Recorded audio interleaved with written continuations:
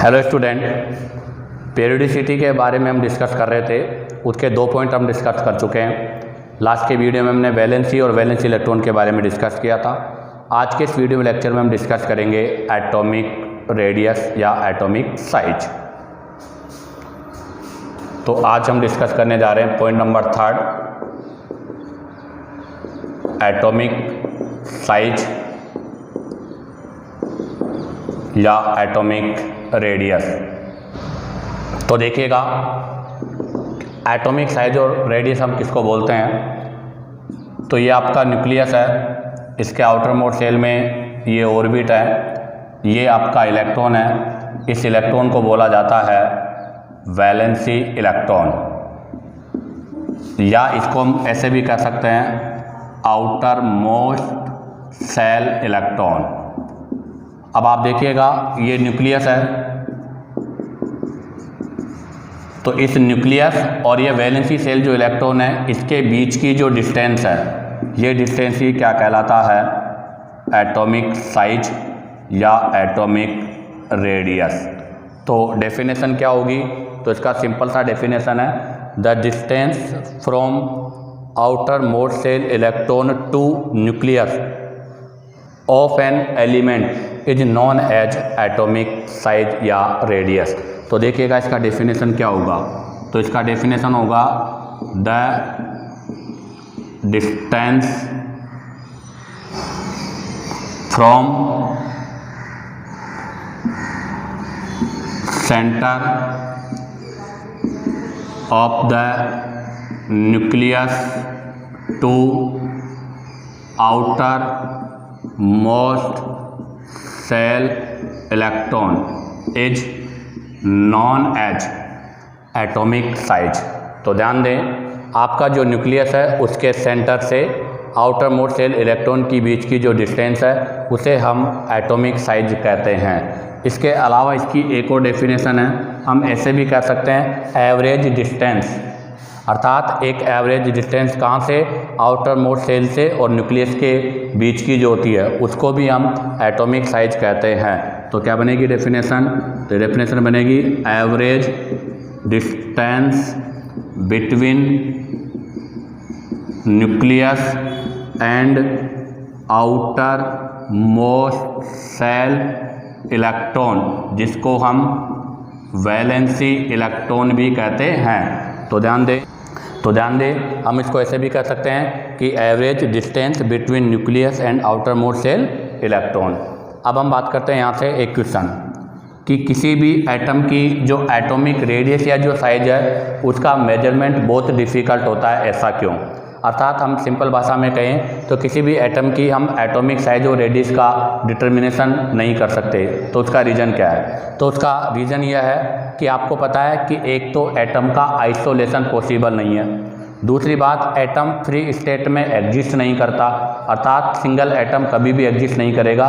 उसका रीज़न है क्योंकि एटम की वेव नेचर होती है, और एटम की वेव नेचर होने की वजह से इसकी कोई वेल डिफाइंड बाउंड्री भी नहीं होती, अर्थात एटम के अंदर हमेशा बाउंड्री जो है इस तरह से वेव की फॉर्म में होती है, और बाउंड्री वेव की फॉर्म में होने के कारण हम यहाँ पर इसकी क्या है, रेडियस या इसका जो साइज है उसको डिटरमाइन नहीं कर सकते। तो इसके लिए देखिएगा एक क्वेश्चन है, वो क्वेश्चन क्या है, क्वेश्चन है कि atomic size difficult to measure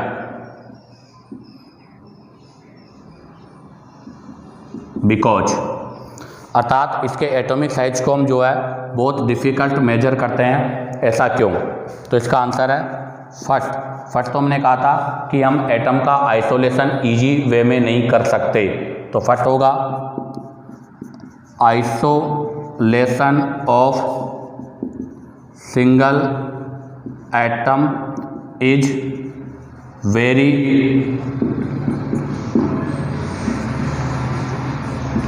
very difficult. Second point की अगर बात करें तो एटम की कोई वेल डिफाइंड बाउंड्री नहीं होती, तो नो वेल डिफाइंड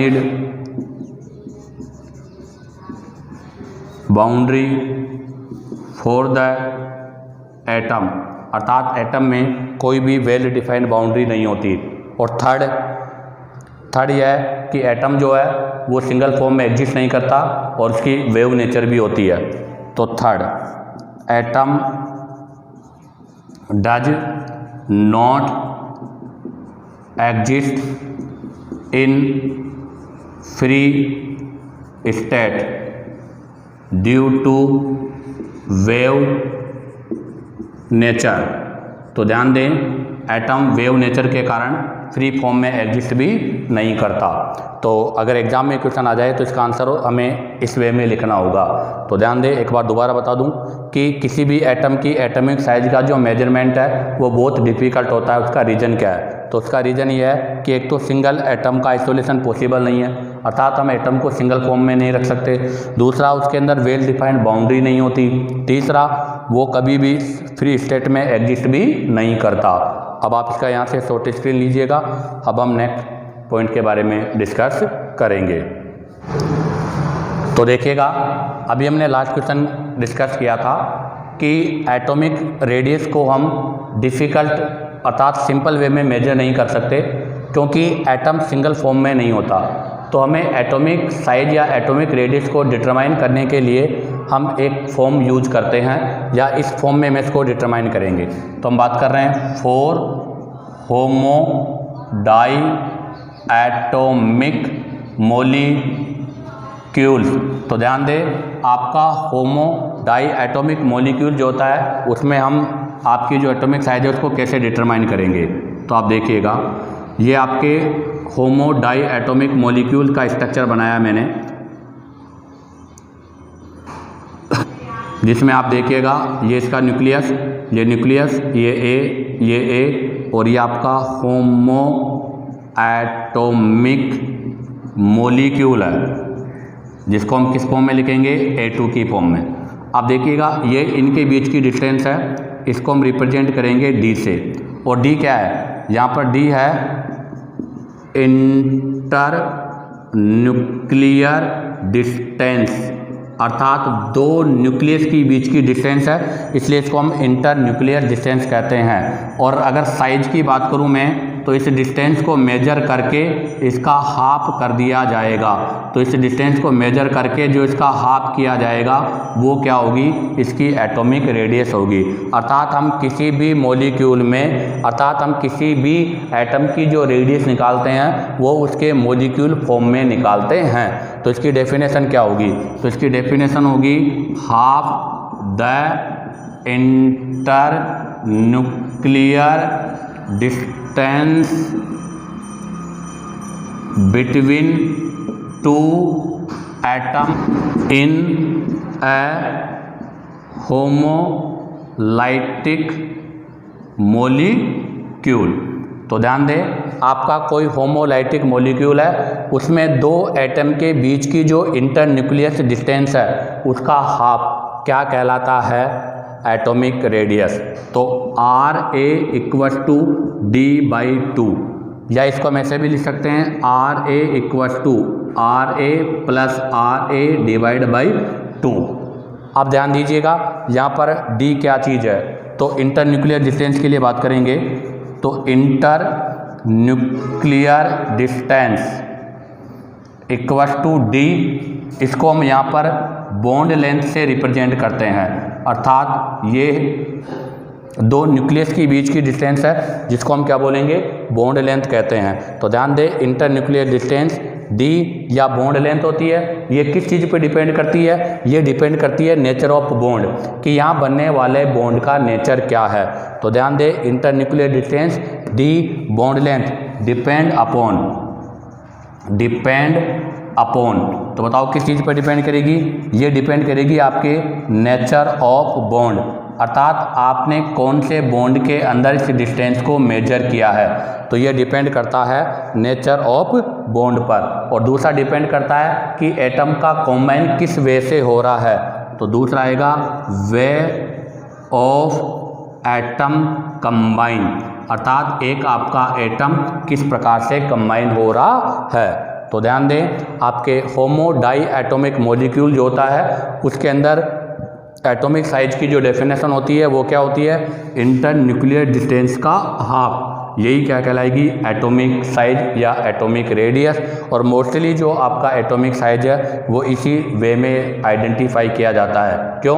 क्योंकि एटम का सिंगल फॉर्म या आइसोलेशन पॉसिबल नहीं होता।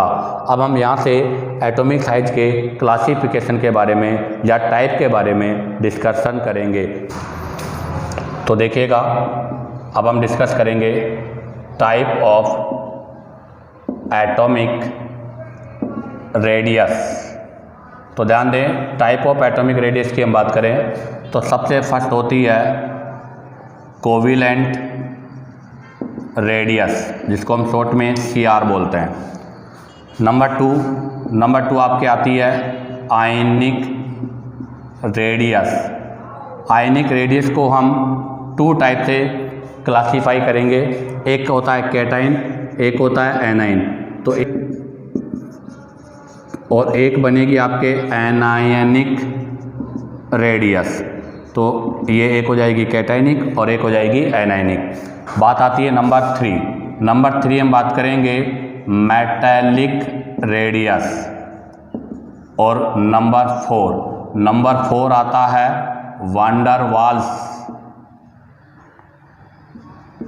वांडरवाल्स रेडियस। तो ध्यान दें, आपके जो एटॉमिक रेडियस है वो 4 टाइप की होती है।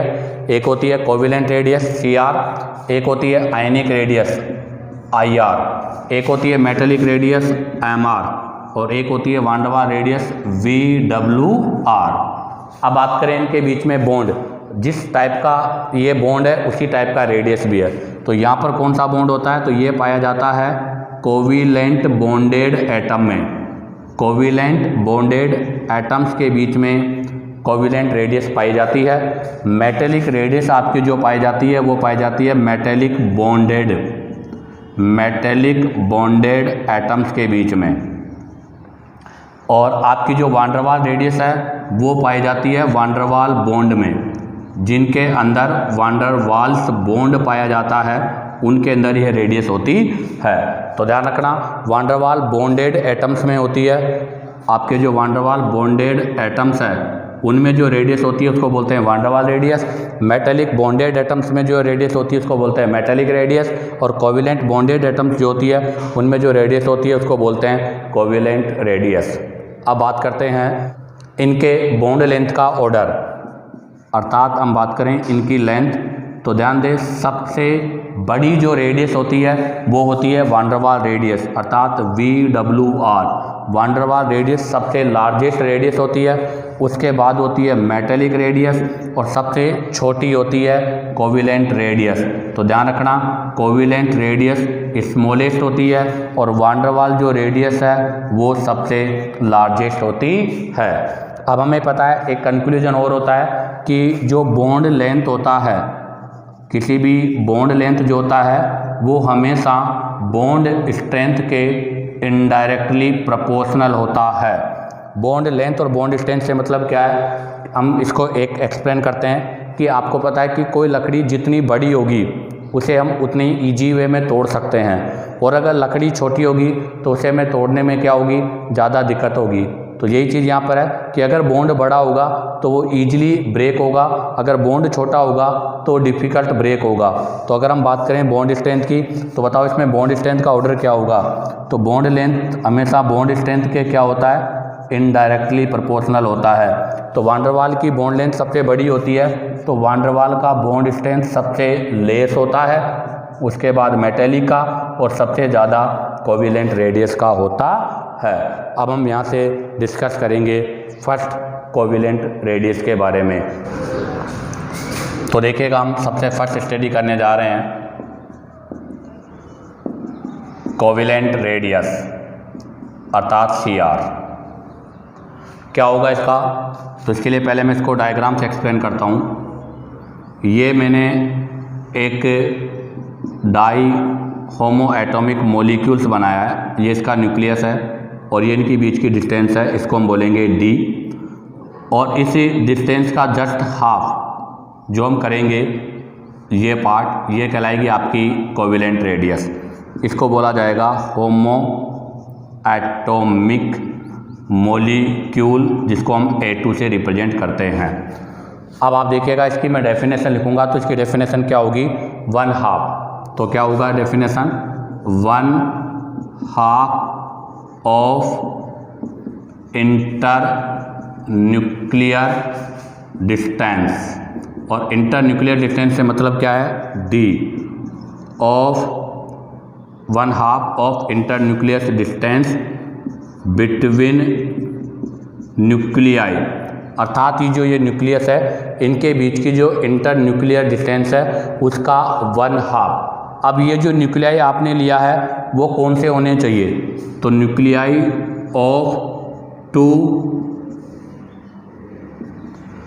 कोविलेंटली बॉन्डेड एटम्स, अर्थात जो एटम आप ले रहे हो वो हमेशा कोविलेंटली बॉन्ड से बॉन्डेड होना चाहिए, किसके अंदर, इन mono diatomic molecule by single bonded covalent bond, जिसको शॉर्ट में SBCR से रिप्रेजेंट करते हैं। तो ध्यान दें क्या डेफिनेशन होगी सिंपल वे में, कि आपके पास कोई भी होमो डाई एटॉमिक मोलिक्यूल है, कोई भी होमो डाई एटॉमिक मोलिक्यूल है जिसके अंदर सिंगल बॉन्डेड कोविलेंट बॉन्ड है, सिंगल बॉन्डेड कोविलेंट बॉन्ड है, उसके अंदर जो इंटर न्यूक्लियर डिस्टेंस है उसका हाफ। दोबारा एक्सप्लेन कर देता हूँ, आपने कोई भी होमो डाई एटॉमिक मोलिक्यूल लिया है, अर्थात हमारे पास होमो डाई एटॉमिक मोलिक्यूल, और उस होमो डाई एटॉमिक मोलिक्यूल में भी जो कोविलेंट बॉन्ड है वो कौन सा होना चाहिए, सिंगल, क्योंकि कोविलेंट बॉन्ड सिंगल भी होता है, डबल भी होता है और ट्रिपल भी होता है। अर्थात ऐसे भी हो सकता है ए, ऐसे भी हो सकता है ए डबल बॉन्ड ए, और ऐसे भी हो सकता है, बट हम जो रेडियस आइडेंटिफाई करेंगे वो इसमें करेंगे, इनमें नहीं करेंगे। तो आपका मोनो डाई एटॉमिक मोलिक्यूल जिसके अंदर सिंगल बॉन्डेड कोविलेंट बॉन्ड है, उनकी जो इंटर न्यूक्लियर डिस्टेंस है उसका हाफ क्या कहलाता है, कोविलेंट बॉन्ड कहलाता है। अब अगर इसको हम एक्सप्लेन वे में लिखेंगे तो क्या लिखेंगे, DAA equals to RA plus RA, अर्थात internuclear distance RA plus RA के इक्वल टू होगी, बट कब, जब डेल EN का डिफरेंस स्मॉलर हो। तो अगर मैं यहाँ से RA रेडियस निकालूंगा तो क्या लिखूंगा, DAA/2, अर्थात इंटर न्यूक्लियर डिस्टेंस का हाफ कहलाएगा कोविलेंट रेडियस। अब आप इसका यहाँ से शॉर्ट स्क्रीन लीजिएगा। अब हम नेक्स्ट मेटेलिक रेडियस के बारे में डिस्कस करेंगे। अब हम डिस्कस करेंगे नंबर 2। नंबर 2 है मेटेलिक रेडियस MR। तो ध्यान दें मेटेलिक रेडियस की डेफिनेशन क्या होगी। तो पहले हम बात करेंगे मेटल क्या होता है। तो ध्यान दें मेटल्स जो होता है उसकी स्ट्रक्चर में मेटल का क्रिस्टल होता है। तो इस तरह से ये मेटल्स के एटम जो होते हैं वो एक दूसरे से क्लोजली अरेंज होते हैं। तो ये मेटल्स के एटम हैं जो इस प्रकार से अरेंज होंगे और अरेंज होकर मेटल क्रिस्टल का फॉर्मेशन करते हैं। तो इसको बोला जाता है मेटल का क्रिस्टल, जो कि क्लोज पैकिंग फॉर्म में होते हैं। आप देखिएगा यहाँ पर क्या होगी डेफिनेशन, ये इसका न्यूक्लियस है, ये इसका न्यूक्लियस है, ये इनकी बीच की, इसको बोला जाता है इंटर न्यूक्लियर डिस्टेंस।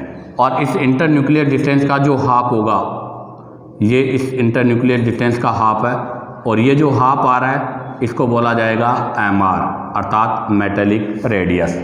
तो डेफिनेशन तो वापस वही हो गई क्या, कि इंटर न्यूक्लियर डिस्टेंस का half, 1/2 of the inter nuclear distance between 2 closest atom in metallic crystal. अर्थात आपका जो मेटल क्रिस्टल है इसमें जो दो मेटल एक दूसरे के पास पास है उनकी इंटरन्यूक्लियर डिस्टेंस का हाफ क्या कहलाएगा, मेटेलिक रेडियस। तो डेफिनेशन देखिएगा, 1/2 of inter nuclear distance between two closest atoms in metallic crystal. तो ध्यान दें, आपका जो ये मेटेलिक क्रिस्टल है, इस मेटेलिक क्रिस्टल में टू क्लोजेस्ट मेटल, हम यहाँ बेटर लिखेंगे मेटल। तो जो आपकी दो क्लोजेस्ट मेटल है, ये दो क्लोजेस्ट मेटल है, इनकी इंटरन्यूक्लियर डिस्टेंस का जो हाफ है वही क्या कहलाएगा, मेटेलिक रेडियस कहलाता है। तो अब आप देखिएगा, अब हम यहाँ से मेटेलिक रेडियस और कोवेलेंट रेडियस में अगर बात करें तो साइज अर्थात बॉन्ड लेंथ की अगर बात करें हम, तो हमें पता है कि मेटेलिक रेडियस का साइज कोवेलेंट रेडियस से लार्जर होगा। ऐसा क्यों? क्योंकि मेटेलिक रेडियस में आपके जो दोनों मेटल होते हैं वो सरफेसली टच होते हैं, जबकि कोवेलेंट रेडियस में आपके जो दो एटम होते हैं वो एक दूसरे में इंटर कन्वर्टिंग होते हैं। तो यहाँ पर तो क्या होता है, एक दूसरे में इंटर कन्वर्टिंग होने की वजह से जो इंटर न्यूक्लियर डिस्टेंस है अर्थात जो डी है वो डिक्रीज हो जाता है, जबकि यहाँ पर ये सरफेसली टच होने की वजह से यहाँ पर इनकी जो इंटर न्यूक्लियर डिस्टेंस है वो डिक्रीज नहीं होता। इस वजह से कोवेलेंट रेडियस हमेशा इस वजह से आपकी जो मेटेलिक रेडियस है वो हमेशा कोवेलेंट रेडियस से क्या होती है, लार्जर होती है। अगर हम बात करें अब बॉन्ड स्ट्रेंथ की बताइएगा, कोवेलेंट बॉन्ड और मेटेलिक बॉन्ड में से कौन से बॉन्ड की बॉन्ड स्ट्रेंथ ज़्यादा होती है। बॉन्ड स्ट्रेंथ से मतलब है बेटा फोर्स ऑफ अट्रैक्शन, अर्थात कौन से बॉन्ड में अट्रैक्ट करने की टेंडेंसी अच्छी होती है। तो अब आप देखो, यहाँ पर डिस्टेंस कम है, यहाँ पर डिस्टेंस ज़्यादा है। अगर यहाँ पर डिस्टेंस कम होगी तो अट्रैक्शन फोर्स ज़्यादा लगेगा, यहाँ पर डिस्टेंस ज़्यादा है तो अट्रैक्शन फोर्स क्या होगा, कम लगेगा। तो ध्यान दें, बॉन्ड स्ट्रेंथ जो है वो डिस्टेंस के इनडायरेक्टली प्रोपोर्शनल है। तो बॉन्ड स्ट्रेंथ या जो फोर्स ऑफ अट्रैक्शन है वो एमआर की बजाय सीआर का क्या होता है, ज़्यादा होता है। अर्थात कोवेलेंट रेडियस जो पार्ट है इसमें डिस्टेंस कम होने की वजह से अट्रैक्शन फोर्स मोर होगा, जबकि मेटेलिक रेडियस में डिस्टेंस मोर होने की वजह से अट्रैक्शन फोर्स क्या होगा, लेस होगा। अब हम यहाँ से डिस्कस करेंगे सी वान डेर वाल रेडियस। तो देखिएगा नंबर सी में अब हम डिस्कस करेंगे वान डेर वाल्स रेडियस अर्थात VWR। क्या होती है वान डेर वाल रेडियस? तो वैसे जनरली वान डेर वाल रेडियस हमेशा आपके गैसेज मॉलिक्यूल में होती है। तो ध्यान दें, it occur generally in gases. तो ध्यान दें, वान डेर वाल जो आपकी होती है वो जनरली गैसों में होती है। आपकी जितने भी नोबल गैसेज हैं, आपके जितने भी नोबल गैस या जो इनर्ट गैस होती है उनके बीच में हमेशा वान डेर वाल रेडियस होती है। अब देखिएगा वान डेर वाल रेडियस को हम कैसे डिसाइड करते हैं। तो हमने कोई भी एक कोवेलेंट एटम लिया है A2, एक कोवेलेंट एटम सेम दोबारा फिर लेंगे, ये आपका कोवेलेंट है A2, अर्थात ये एक कोवेलेंट मॉलिक्यूल है, ये भी एक कोवेलेंट मॉलिक्यूल है, इनके बीच में कोवेलेंट रेडियस, इनके बीच में कोवेलेंट रेडियस। अब आप देखिएगा इस एटम का न्यूक्लियस, इस एटम का न्यूक्लियस, इनके बीच की ये डिस्टेंस ये कहलाती है D, इंटर न्यूक्लियर डिस्टेंस। और ये जो इंटर न्यूक्लियर डिस्टेंस आ रही है, इस इंटर न्यूक्लियर डिस्टेंस का जो हाफ है वो आपका कहलाएगा वान डेर वाल रेडियस। तो डेफिनेशन तो वही हो गई, 1/2 of the inter nuclear distance. अब आप ध्यान दीजिएगा, इसको हम क्या बोले, ये आपके हो गया non bonded diatomic molecule है, अर्थात आपका डाई एटॉमिक मॉलिक्यूल है जो नॉन बॉन्डेड है। तो वान डेर वाल रेडियस हमेशा नॉन बॉन्डेड एटम्स के बीच में होती है, इस वजह से इसको हम सबसे लार्जेस्ट रेडियस में काउंट करते हैं। तो क्या होगी इसकी डेफिनेशन, वो देखिएगा। और एक चीज़ और बता दूं, यहाँ पर जो ये रेडियस है, ये आपकी जो रेडियस आएगी 1/2, inter nuclear distance of the one half, तो यहाँ पर ये जो रेडियस आएगी ये रेडियस आपकी CR होगी, अर्थात कोविलेंट रेडियस का पार्ट होगा। तो डेफिनेशन हो जाएगी 1/2 of inter nuclear distance between nuclei of 2 adjacent atoms. ध्यान दें 1/2 of inter nuclear distance, inter nuclear distance का 1/2 किन के, 2 एडजेसेंट एटम्स, ये 2 एडजेसेंट एटम्स हैं। एडजेसेंट इसलिए पास पास में है, ये बॉन्डेड नहीं है, जो बिलोंगिंग करते हैं नेबरिंग ग्रुप से। तो nuclei of 2 adjacent atoms belonging to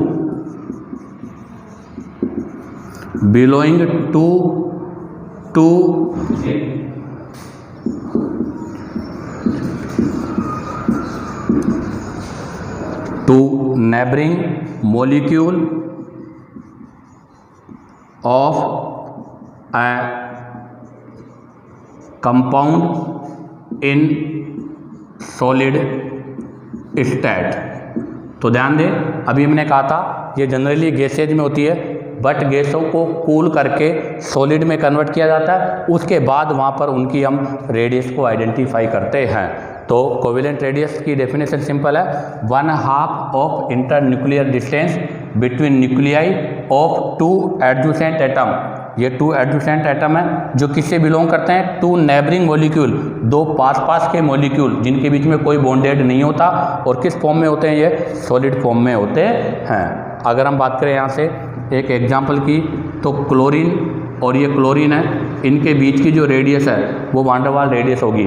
तो इनके बीच की जो वान डेर वाल रेडियस है उसकी वैल्यू होती है 1.80 एंगस्ट्रॉम, और जबकि इसकी कोवेलेंट जो रेडियस होती है वो होती है 0.99 एंगस्ट्रॉम। इसी के साथ आपका ये वान डेर वाल रेडियस का पोर्शन कंप्लीट होता है। बाकी आयनिक रेडियस के बारे में हम नेक्स्ट वीडियो में डिस्कस करेंगे।